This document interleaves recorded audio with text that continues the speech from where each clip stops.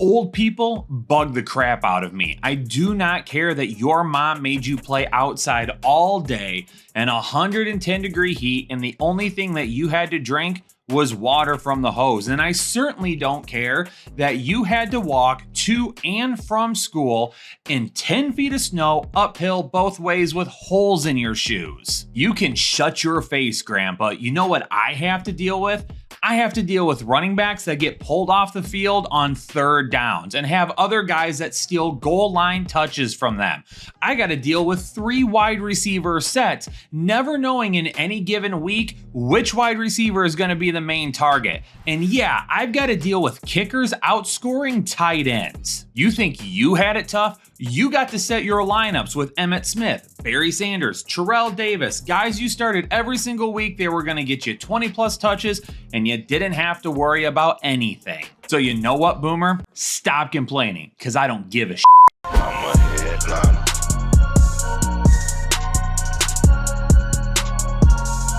Yo, what's going on, Headliner Nation? Football has never been more tough to predict. In fact, it may be harder to predict these days than the weather. But that's why we're here, working hard to help you set the best lineup possible every single week. So hopefully you're still working hard towards your fantasy championships, regardless of your record.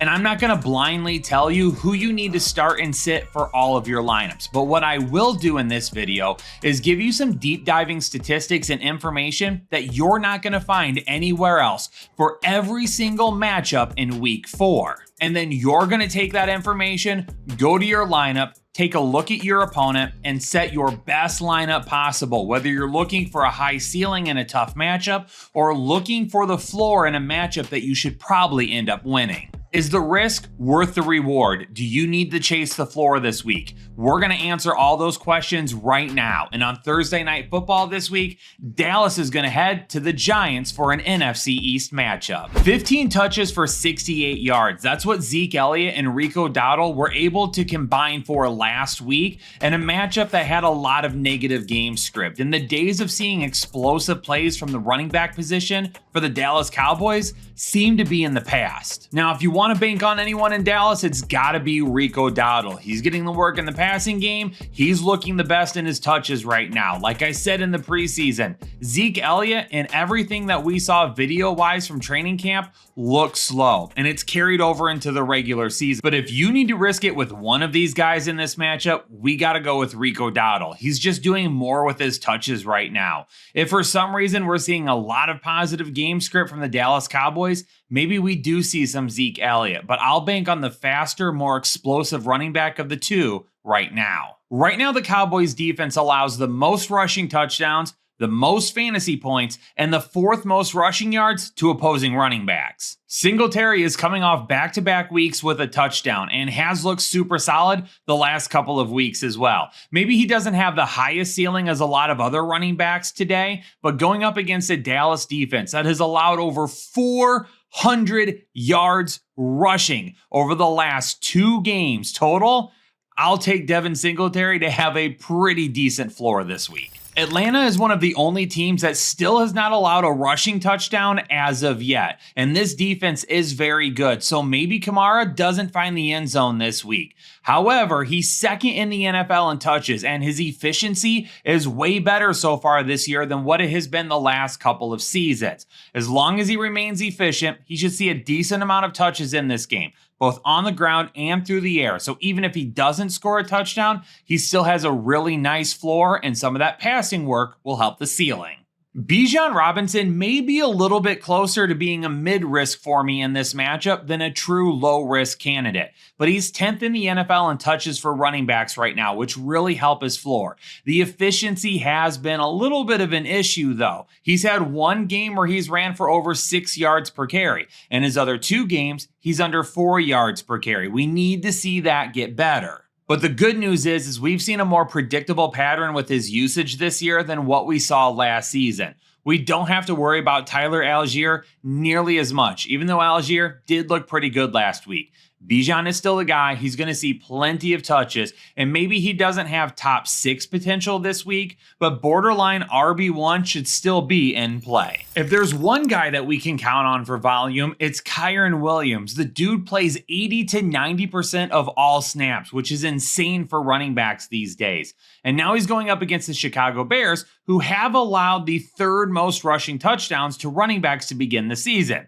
And oh, by the way, Kyren Williams is coming off a game where he just scored 3 touchdowns. Kyren Williams will be key to the Rams competing in this week's matchup against Chicago, who is very good at stopping the pass. With no Cooper Kupp and no Puka Nacua, it really doesn't matter the volume of passes because we know Matthew Stafford is still going to sling it. But the one thing that we can bank on is Kyren Williams getting all of the looks at the running back position, especially in the red zone. If Stafford can at least get him there, Kyren Williams should finish it off, and he has a pretty decent floor this week. The LA Rams currently allow the 2nd most rush yards and the 6th most fantasy points to the running back position. So either I'm going to be spot on about DeAndre Swift or I'm going to reverse jinx him because DeAndre Swift is going to be my Mando must avoid for week 4 at the running back position. Mando is clinically proven to reduce odors for up to 72 hours, but DeAndre Swift has stunk so bad this season, Mando could send him a gift box and it still wouldn't help.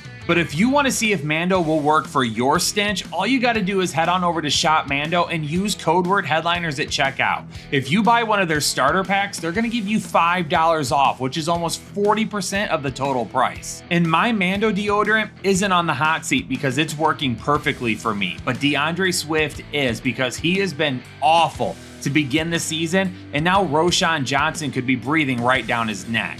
If DeAndre Swift hadn't already lost his job, he was definitely starting to. Travis Homer was taking the 3rd down work. Travis Homer got hurt. Roschon Johnson came back in week 3 and automatically took that work that Travis Homer was receiving. DeAndre Swift is also losing goal line touches to Khalil Herbert. Essentially, DeAndre Swift is only being utilized on 1st and 2nd down, and the dude is running for 1.8 yards per attempt. I'm sorry. If that's what you're going to run for and your only touches are on 1st and 2nd down, I don't care how good the matchup is.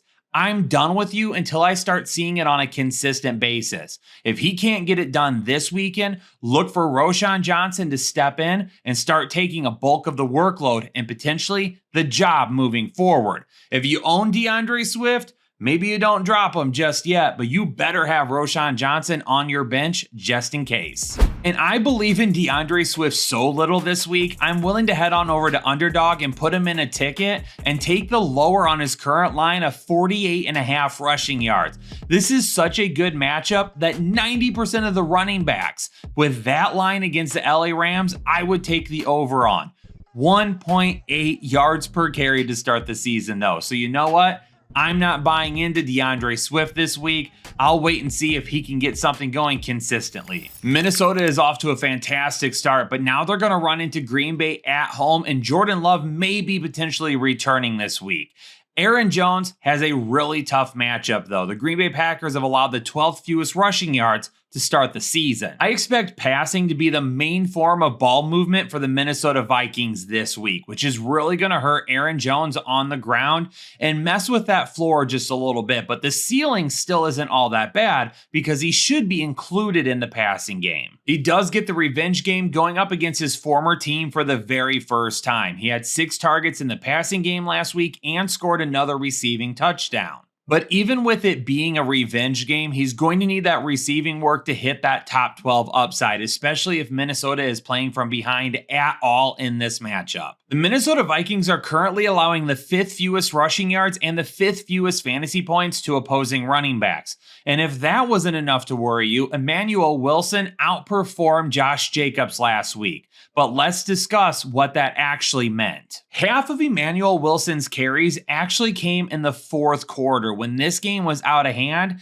and Green Bay was easily winning. And really, Green Bay had this game easily handled the entire way. They were up by 10 in the first quarter already. And when they went up by 10, that's when Emmanuel Wilson started to get on the field a little bit more often. It was Josh Jacobs to start. This is a tough matchup for Josh Jacobs this week, but him being outperformed by Emmanuel Wilson had nothing to do with him alone. It had everything to do with Green Bay wanting to give him some rest, wanting to make sure that he wasn't loading up too many touches to begin the season and make sure he's healthy for the rest of the year. They've already had to deal without having Jordan Love. They don't want to be missing their primary running back as well. Does Josh Jacobs have a ton of upside this week? Maybe not. It is a tough matchup. But if he doesn't hit that upside, it's because of the matchup. It's not because of Emmanuel Wilson. The only thing that's tougher to watch than Anthony Richardson's accuracy over the middle of the field in Indianapolis right now is the Colts defense, because they can't seem to stop anybody. The Colts defense has allowed the most rushing yards to opposing running backs so far this season, but they haven't given up a ton of fantasy points because somehow they've only allowed one touchdown. Najee still doesn't have a touchdown this season, and his efficiency has essentially dipped once again. Jaylen Warren is nowhere to be found over the first 3 weeks of the season. But unfortunately now, there's even bigger question marks with the running backs. Because apparently on Monday, Najee Harris had his arm in a sling, and Jaylen Warren is heading for an MRI on his knee. So as of this recording, we have no idea what's going on with the running backs. Maybe that means 20 touches for Cordarrelle Patterson this week. I don't care what happens with Jaylen Warren. He's not being utilized right now. He stays at high risk no matter what. Najee Harris is the one that could change quite a bit though, because if he doesn't play, obviously it doesn't matter. If he does play, but we find out that the arm injury could end up limiting him in some way, shape, or form, he stays at medium risk even in a good matchup because Cordarrelle Patterson could be getting quite a bit of touches this week. Now, if we find out that Najee's okay and it was a precautionary thing or something like that, then he jumps to low risk given such a good matchup. But if for some reason Najee Harris is limited or doesn't play, Cordarrelle Patterson could be a really interesting peek at the flex spot this week. Jonathan Taylor is probably the only reason the Colts beat the Bears last weekend, but this matchup is not going to be easy for him. Pittsburgh's defense is allowing the fewest fantasy points to the running back position and has yet to let a running back into the end zone. The only reason Jonathan Taylor isn't a high-risk start for me this week is because more than likely he's going to need 25 plus touches if the Colts have any shot at beating Pittsburgh this week. They have to control the run game, they have to control the time of possession, and they need to keep their defense off the field as much as possible. And unfortunately, with the way Anthony Richardson is playing right now, you can't put yourself in a position where you're trying to come from behind the entire game. So even if his efficiency is awful this week and it gives him a really, really low ceiling, his floor should still be okay with the amount of touches that he should have. I haven't seen a mess as big as the Denver backfield since Jake Mack and myself got kicked out of a Chinese buffet because we overstayed our welcome. And now people are calling for Tyler Bidet to be the lead running back. And who knows, maybe he will be. But Javonte Williams was still the clear #1 running back this past week. In fact, Tyler Bidet really didn't start to put together his stats until the end of the game, when he ended up playing 9 of the last 10 snaps. And during that time, he had 7 rushing attempts for 63 yards. Javonte Williams played 35 of the first 58 snaps the Denver Broncos took this past week. Tyler Bidet only played on 7 of those snaps. Javonte Williams still appears to be the lead back in Denver, and maybe Tyler Bidet does get a little extra work since he performed so well, even if it was in mop-up time at the end of their game. But this backfield has been a mess all season long, and nothing has really worked out to this point. So realistically, for fantasy owners,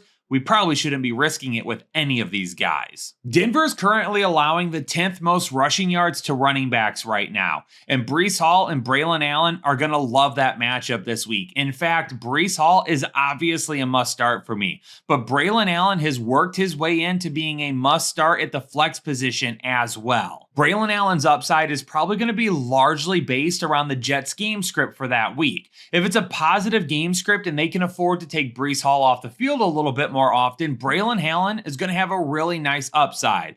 But even if it's a negative game script, Braylon Allen is going to have a really nice floor because of what he does in the passing game and his efficiency as well. Breece Hall's upside right now is really based on his volume. Braylon Allen's upside is really based on his efficiency, but there's still more than enough touches for both of these guys to be fantasy viable every single week. Tampa Bay is currently allowing the 7th most fantasy points to the running back position, even though they haven't allowed a ton of rushing yards. That's because they're allowing a league-high 211 receiving yards to the running back position currently. Now, there's still going to be a whole lot of questions to be answered about this offense as the week goes on. Devontae Smith is currently in the concussion protocol as of this recording, and A.J. Brown could return this week, but also Philadelphia has a week 5 bye, so they may decide just to hold him out another week, give him a couple of weeks of rest, and then he can return ready to go in week 6. So if both of those guys end up missing, that could lead to extra targets in the passing game for Saquon Barkley against a defense that's already had a lot of trouble stopping running backs through the air. And Vita Vea was missing last week for Tampa Bay. If he misses a second straight week, that even helps out Saquon Barkley on the ground even more. Yes, Philadelphia's defense has allowed the 6th most rushing yards to opposing running backs this season.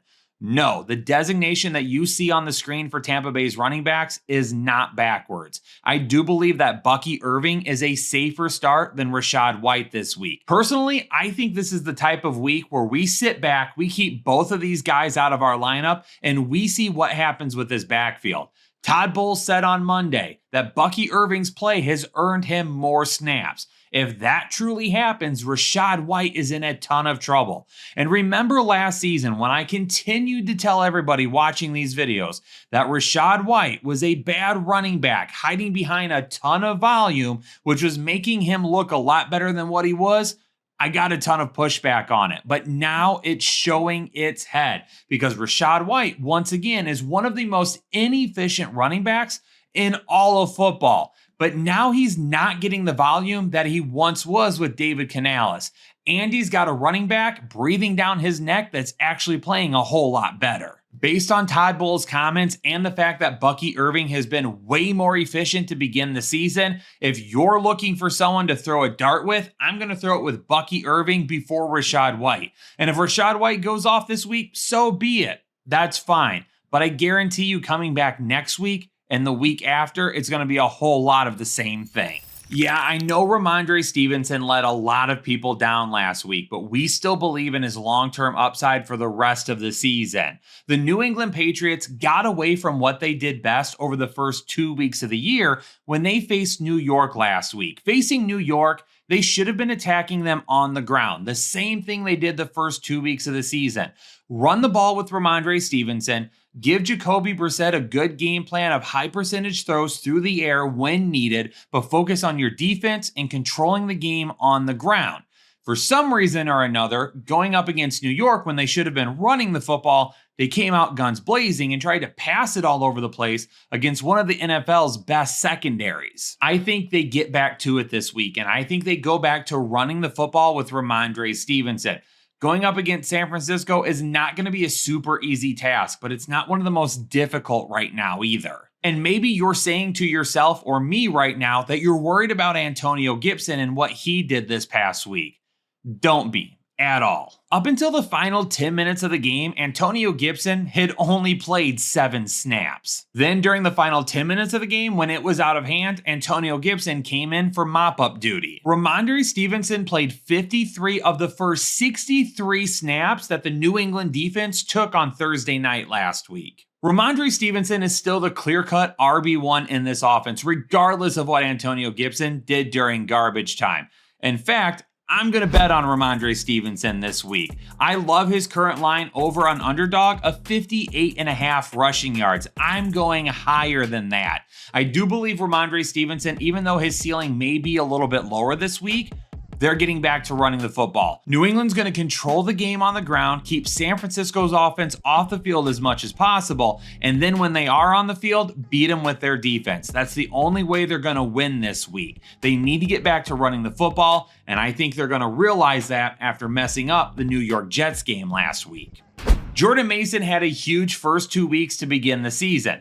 Week 3 was a little bit more pedestrian, but it was still fantasy viable, and I believe going up against New England, we may see some of the same this week. New England's defense currently allows the 10th fewest rushing yards to opposing running backs, and their defense can be beat through the air with big plays.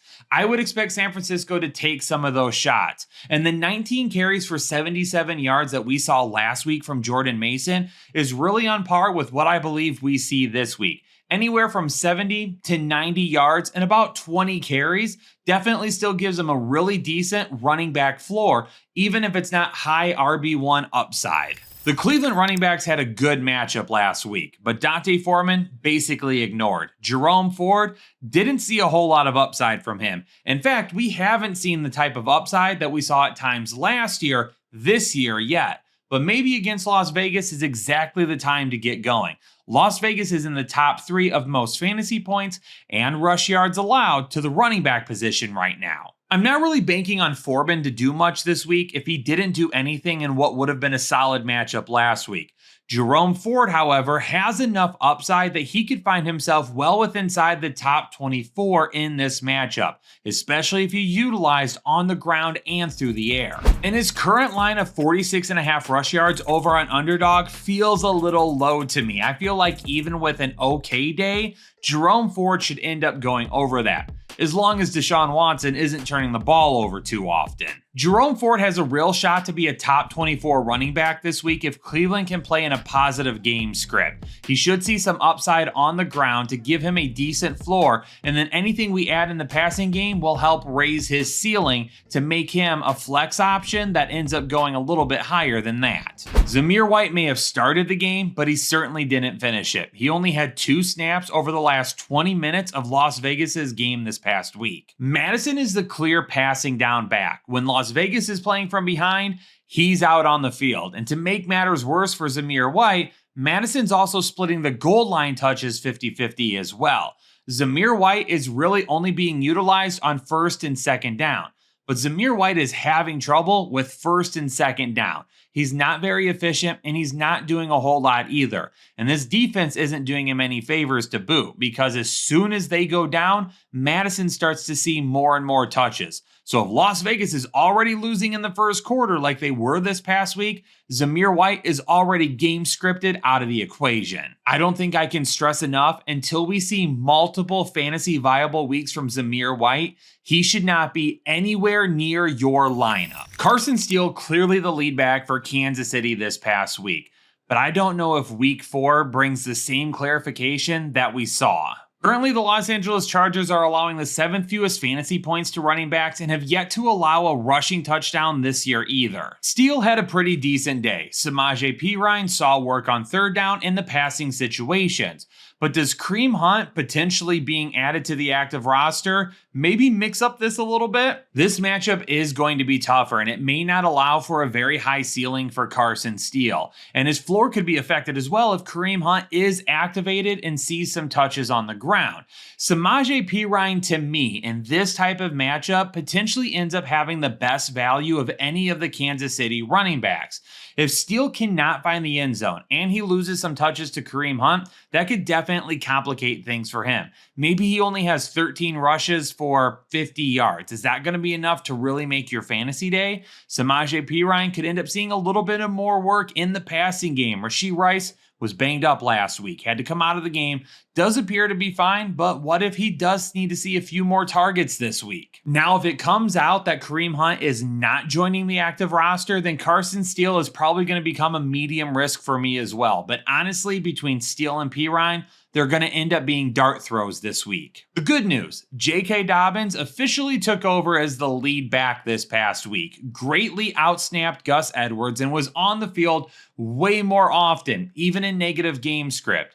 But here's the bad news. Kansas City is currently allowing the 6th fewest fantasy points and rushing yards to the running back position. So J.K. Dobbins doesn't have the greatest ceiling this week, and his floor could be in jeopardy as well. What we saw from him last week could end up being the same thing. Maybe you get decent flex numbers, but trying to shoot for anything in the RB1 area, probably out of the question.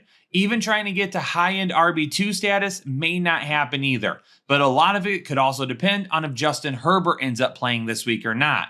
For Gus Edwards, if you've been holding on to him, you can probably drop him as of now. I don't know if we really anticipated this a couple of weeks ago, but Cincinnati and Carolina could end up having quite a few fantasy points in it, and both running backs definitely could have a shot to give you fantasy viable days. Carolina's defense currently ranks inside the top 5 of most rushing yards, fantasy points, and touchdowns allowed to the running back position. And this past week for Cincinnati, Zach Moss looked pretty good. Chase Brown looked really good as well. Chase Brown, though, is still seeing significantly less snaps than what Zach Moss is. So if you're looking for a safe play this week, it's got to be Zach Moss in a really, really good matchup. Now, Chase Brown may have a little bit more upside than him, and we saw that this past week. Chase Brown's efficiency and explosiveness is better than Zach Moss. And because of that, like this past week, he has an opportunity to put together more yards because of bigger runs. He has a little bit more upside than Zach Moss. This is a good matchup for both of these guys.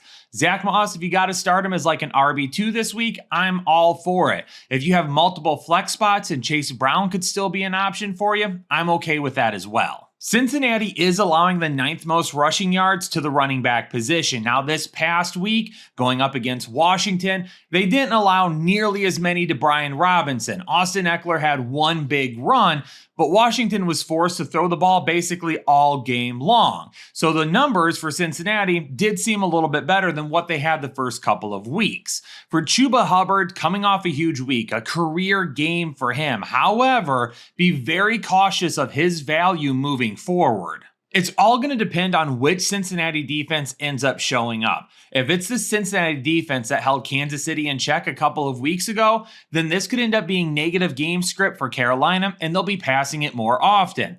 If for some reason Cincinnati's defense doesn't show up, and it looks like what they did against Washington this past week, then we may see Chuba Hubbard a little bit more often if Carolina can keep it neutral or find themselves leading at any time. Chuba Hubbard this week, I'm looking at about 15 carries for anywhere from 65 to 75 rushing yards, but he's going to need that touchdown. If he can do it, he's a solid flex play. If he can't, unfortunately, he's not going to give you the floor or the upside that you would have wanted. It's very possible that Jacksonville could find themselves in a similar situation against Houston that they did against Buffalo. Maybe not being down by as many as they were, but negative game script for a majority of the day. That plus a tough run defense would suck for Travis Etienne this week. Now, Travis Etienne wasn't awful this past week. He averaged over 6 yards per carry and he had 4 catches as well. But outside of that, Jacksonville was throwing the entire game, and he just was not able to find his upside because he never found the end zone, and they had to abandon the run. But unfortunately, that same thing could end up happening this week. So if you're looking for RB1 numbers from Travis Etienne, it's probably not going to happen. If you want RB2 numbers, though, we're still going to put Travis Etienne in our lineup. For those of you in 12-man leagues or higher, Travis Etienne's probably going to be a start no matter what. For those of you that play in shallow leagues, though, depending on what your options are, or if you have a plethora of running backs, guys with more upside may be more beneficial to your lineup this week. Jacksonville has been pretty solid against the run. They've allowed the 12th fewest rushing yards to running backs. However, they have allowed the 3rd most receiving yards to running backs. So it really depends on Joe Mixon's health. He missed week 3, and there's no early indication on whether or not he's going to be ready to go for week 4. As of this recording. Of course, after this video comes out, that could all change. If for some reason Joe Mixon does play, he's probably still going to be a medium risk just because there's always a chance of re-aggravating an injury, and we don't want to see that happen. If for some reason he re-aggravates it and he needs to leave the game early, or he's got a limited snap count, that really hurts his upside. And this is going to be a little bit of a tougher matchup. If we find out Joe Mixon is all ready to go and that he's going to be 100%, then maybe a little bit closer to a low risk given the amount of volume that he could end up seeing. But this is a really good matchup for the wide receivers, and I could see Houston throwing it quite a bit in this game, and unfortunately Mixon's ceiling just probably doesn't bring you RB1 potential. If for some reason Joe Mixon were to not play, I know I'm going to get a ton of questions on whether or not Cam Akers is a fantasy viable player this week, and as of right now, no, I'm probably skipping on Cam Akers in favor of guys like Chase Brown that to me just have more upside with the potential of bigger plays on the touches they do get. Brian Robinson could be in for a huge day going up against Arizona this week. That that currently allows the 7th most rush yards to running backs and the 8th most fantasy points. Now, Brian Robinson's fantasy day was saved with a touchdown this past week. He was not great in their matchup against Cincinnati. However, this matchup is super solid, and unfortunately, Austin Ekeler was not able to travel with the team because of a concussion he suffered during the game. If it's that serious at the very beginning, it's unlikely that he clears the concussion protocol. Now, it could end up happening, and maybe Austin Ekeler does play this week. However, if he does not, Brian Robinson should be a shoo-in for 20 or more touches, and with the upside that he has on the ground and the ability to score this week, could definitely be top 12 potential across the board. The overall numbers for Washington against running backs don't look great, but that's really because it's so easy to pass on them, and that's what everybody's doing. So for James Conner, who's coming off an awful week against Detroit, which we talked about in depth, he definitely is going to bounce back this week. Maybe not a ton of upside because, again, super easy matchup through the air, and Kyler Murray obviously will pick up some yards on the ground as well, but a solid floor is going to be in place. If he finds top 12 potential, it's because he was able to score a touchdown. But if he doesn't score a touchdown, he should still be inside the top 24 based on volume and rushing alone. I'm really hoping James Cook truthers, who I actually was at one point in time, he was a must-have for me last season, are not coming for my head because they didn't listen to the video and they're only looking at the high-risk designation. Let me explain why for a second. Baltimore's defense currently allows the fewest rushing yards and the 4th fewest fantasy points to the running back position. So number one, it's already going to be a tough matchup for James Cook. Number two, it is much easier to pass on Baltimore than it is to run on them. And with the way Josh Allen is playing right now, it would not shock me if we don't see him throwing the ball an awful lot if the run game cannot get going. But number three, what I talked about with James Cook last week showed up tremendously in week 3. James Cook has not been ultra efficient this season. He's getting a good amount of volume, he's getting some work in the passing game, but ultimately his big days are made up by big plays. He didn't have that big play in week 3, and we saw what his ceiling could come all the way down to because of that. Now, luckily, he scored a touchdown, which was great. But in this matchup, if we see the same kind of line where he's only averaging 3 yards per carry and he only gets maybe 15 touches in this game, he's really going to need a touchdown to come close to top 12 potential. So if you're starting James Cook, you have to recognize that his floor is probably in the RB3 top area, and his ceiling is probably within the low end to high end RB2 area. Top 12 upside is going to be really, really tough to find. Now, if he gets those big plays like he did a couple of weeks ago, then absolutely he could end up finding himself inside the top 12. But against this defense, it's going to be really hard to do. We saw Derrick Henry finally find his ceiling against Dallas this past week, but his floor is what we play him for. We don't play him for the ceiling anymore. And right now, his floor is definitely a potential touchdown every single week. And even if he only gives us 15 carries in a game, if he averages between 4 and 5 yards with a touchdown to go with it, he's got solid RB2 floor all week long. And again, that's why we're playing him. It's a tougher matchup against Buffalo, and it could be negative game script. So I'm not playing Derrick Henry for the ceiling this week. But Baltimore should be able to find the end zone or at least get in the red zone a couple of times against Buffalo. And if they can, Derrick Henry is as good a shot as anybody to score a touchdown. Tony Pollard in week 3 fell victim to negative game script as Tennessee basically had to abandon the run and throw the football for a majority of the game. Now, he gets a much better opportunity this week going up against Miami, who currently allow the 2nd most fantasy points and rushing touchdowns to running backs. But Pollard and Spears are likely going to be game dependent, and it is really going to depend on what Tennessee does defensively against Miami. If they can hold them in check and have a positive or neutral game script for a majority of the game, Tony Pollard could end up having a really nice floor this week, and scoring a touchdown would also be within the realm of possibility. But then just like last week, if for some reason Miami gets out ahead of Tennessee early and plays with a lead for a majority of the game, Tyjae Spears is going to be the guy that likely sees the most snaps after that because his work in the passing game will be much more needed than what Tony Pollard would be on the ground.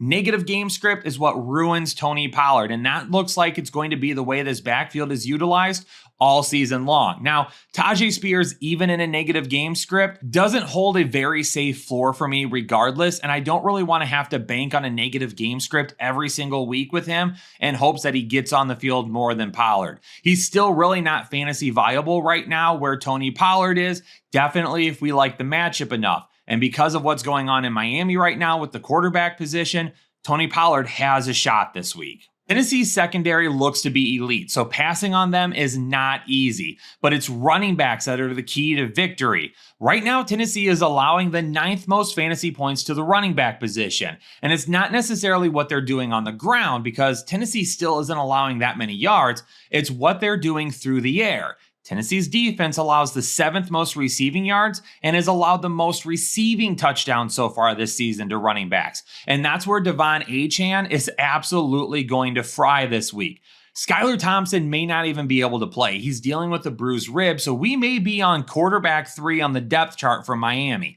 If that happens, expect them to run the football and utilize De'Von Achane in the passing game as much as possible. This isn't a great matchup on the ground, so maybe he doesn't run for a ton of yards, but total touches, total yards, and touchdown possibility is what gives him a pretty decent floor and a really good upside. Now, I don't believe my bias towards the Lions has shown up all that much this year because they're a good football team and they've got good players for fantasy. So it would make sense that I like them even if I'm a fan.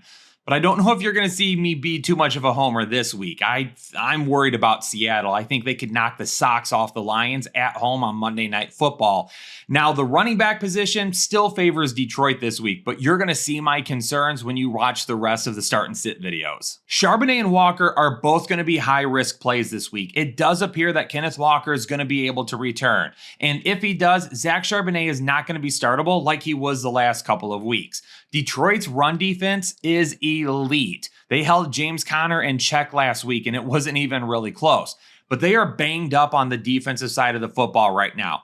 Brian Branch is in the concussion protocol. Aleem McNeil is banged up. They just lost Marcus Davenport as well. So keep an eye on that. If this defense is not healthy this week, I definitely could see Kenneth Walker going from high risk if he plays to more of a mid-risk start. Detroit is allowing the second fewest fantasy points to the running back position and the second fewest rushing yards, and they've only allowed 1 rushing touchdown on the season. Their secondary can be beat though, and I see Seattle passing the ball way more often if Detroit is shutting down the run. Seattle on the flip side also has a really good run defense. They've only allowed 1 rushing touchdown, and they allow the 8th fewest fantasy points to running backs right now. Mike Macdonald is an absolute elite defensive coordinator, and he's showing that he has that same capability as a head coach now, with Seattle off to a 3-0 start, boasting one of the best defenses in all of football. Now, Gibbs and Monty are low risk due to their usage, not their ceiling, because I don't think either of them have a great ceiling this week anyway. Jahmyr Gibbs is going to need to reach his ceiling in the passing game. David Montgomery is going to need to score a touchdown. Monty probably isn't running for 80, 90, 100 yards this week. He's going to give you a good amount of rushing attempts, but more than likely you're going to see 50 to 60 yards, and you're going to have to hope Detroit gets near the goal line so he can score his touchdown. Now, Jahmyr Gibbs has the ability to break a big play wherever and whenever, but it's work in the passing game that truly could help him this week. And that's why he still has a solid floor and he's a low-risk start for me. Because on the outside, this is not an easy matchup for the Detroit Lions passing the football. Jared Goff hasn't looked all that great so far this season, and Devin Witherspoon is going to look to shut down Jameson Williams. Utilizing Jahmyr Gibbs a little bit more in the passing game, especially if Sam Laporta is not able to go this week or he's not 100%, could definitely be the key to him giving you the fantasy viable day that you need. Yo, there you go, Headliner Nation. Hopefully you got everything that you needed from today's start and sit video for the running back position. We broke down all of the matchups and we dove into some deep diving statistics that you need to make sure the right decisions are being made this week. Make sure you hit that like button for me. Make sure you let me know down in the comment section below, how's your fantasy team looking right now? More importantly, how are your running backs looking right now? And absolutely subscribe if you're new here and turn on the bell notifications. But for now, I've got a lot more to record for the rest of the week, so I'm going to go get to that. Stay safe, Headliner Nation. Stay healthy, and I'll catch you all in the next episode of the Fantasy Headliners.